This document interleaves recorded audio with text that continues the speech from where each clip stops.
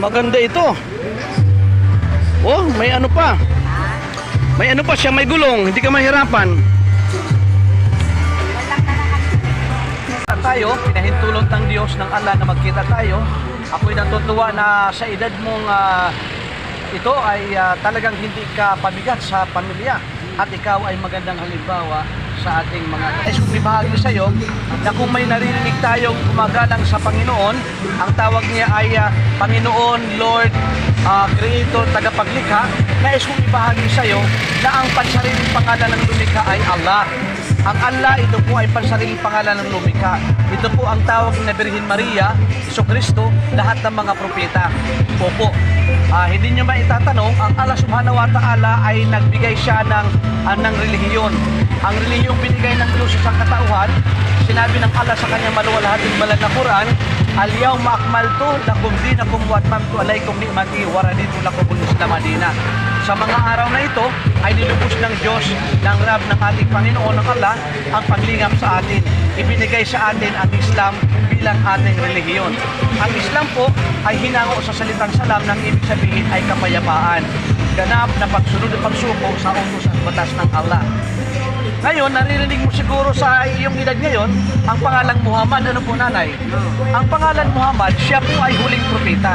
Kung may naunang propeta, si Adan, sumunod sina Abraham, David, Moses, Jesus Christ, at si propeta Muhammad po ang huling sugo ng Allah.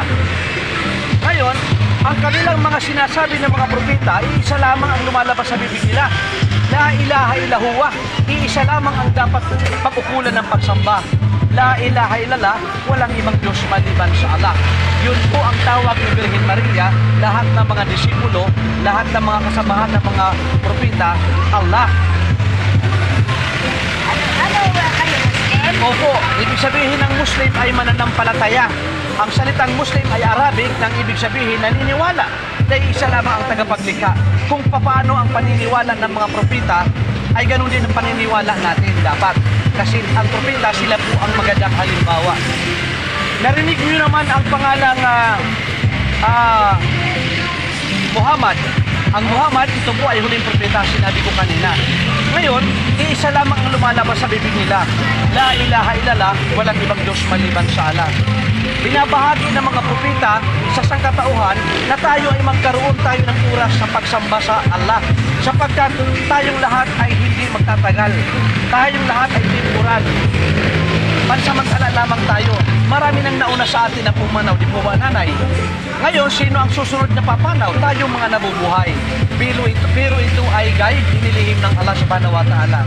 Ngayon, ang pinakamagandang biyaya sa atin ng Diyos, ng Allah, na nagkita tayo. Na naibabahagi ko sa iyo kung ano ang kagandahan ng reliyong Islam.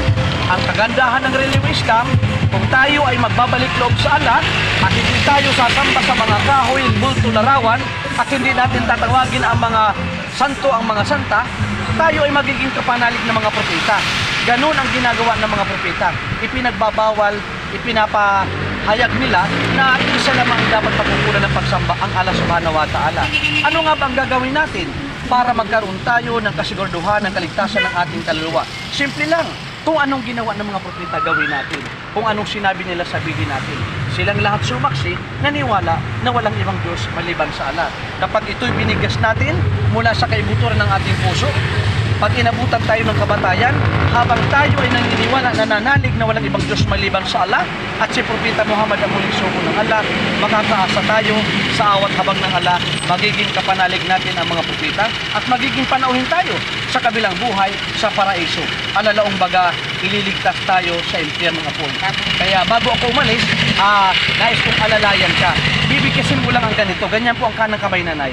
Sabihin mo, Ashhadu an la ilaha illallah wa ashhadu anna Muhammadan abduhu wa rasuluh.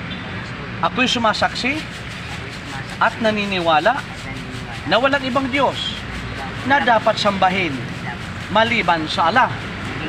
Ako'y sumasaksi at naniniwala na si Propeta Muhammad ay huling sugo ng Allah. Alhamdulillah. Purihin Allah. Assalamualaikum Sabihin mo, wa alaikum salam. Walaikum salam. Mashallah. Ang assalamu alaikum, ito ay pagbati sa sangkatauhan sa mga mananampalataya.